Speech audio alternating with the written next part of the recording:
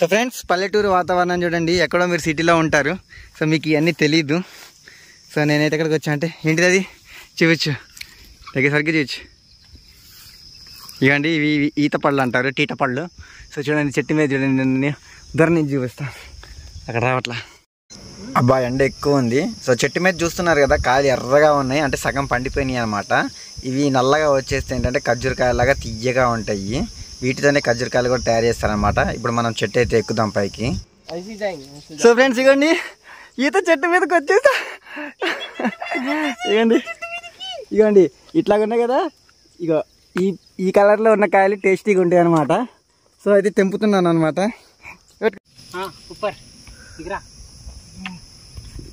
చెప్పులు జారిపోతున్నాయి. చెప్పులు దింపుకో. खोपचा है ना, इस पे रखना पैर.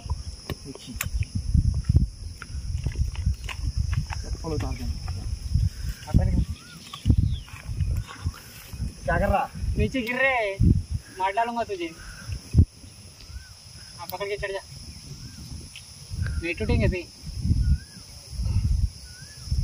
एक फल ना फ्रेंड्स, ఈత పళ్ళు అంటారు వీటిని.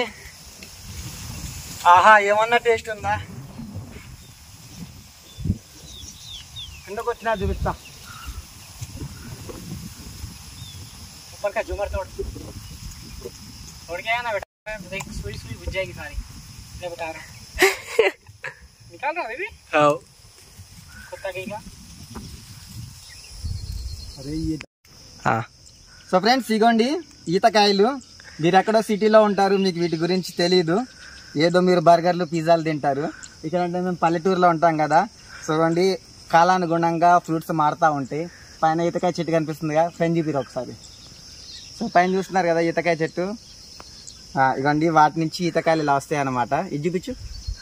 ఇదిగోండి ఈతకాయలు ఉన్నాయి కదా, ఇట్లాగా ఏంటంటే ఫస్ట్ రెడ్ కలర్లో వస్తాయి. ఇవి ఏంటంటే ఇట్లా బ్లాక్ అయిపోయిన తర్వాత ఖర్జూరకాయలాగా ఉంటాయి అన్నమాట. వీటిని టీటకాయలు అంటారు, అంటే ఈతకాయలు. సో వీటిని తిని మన టేస్ట్ ఎలాగ ఉందో కూడా చెప్తాము. ఇప్పుడు చూసావా ఎన్ని కాయలు వచ్చినాయో. సో ఇంకోసేపు ఆగి అడ్డంగా మళ్ళీ పైకి ఎక్కి ఇంకొన్ని కాయలు అయితే కోసుకుంటాం. బాయ్.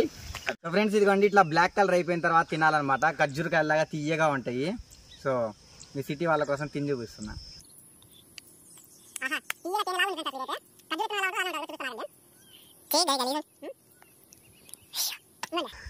ఖర్జూర విత్తనం ఎలాగుందో బాగుందా? ఖర్జూర విత్తనం ఎలాగుందో అలానే ఉంది.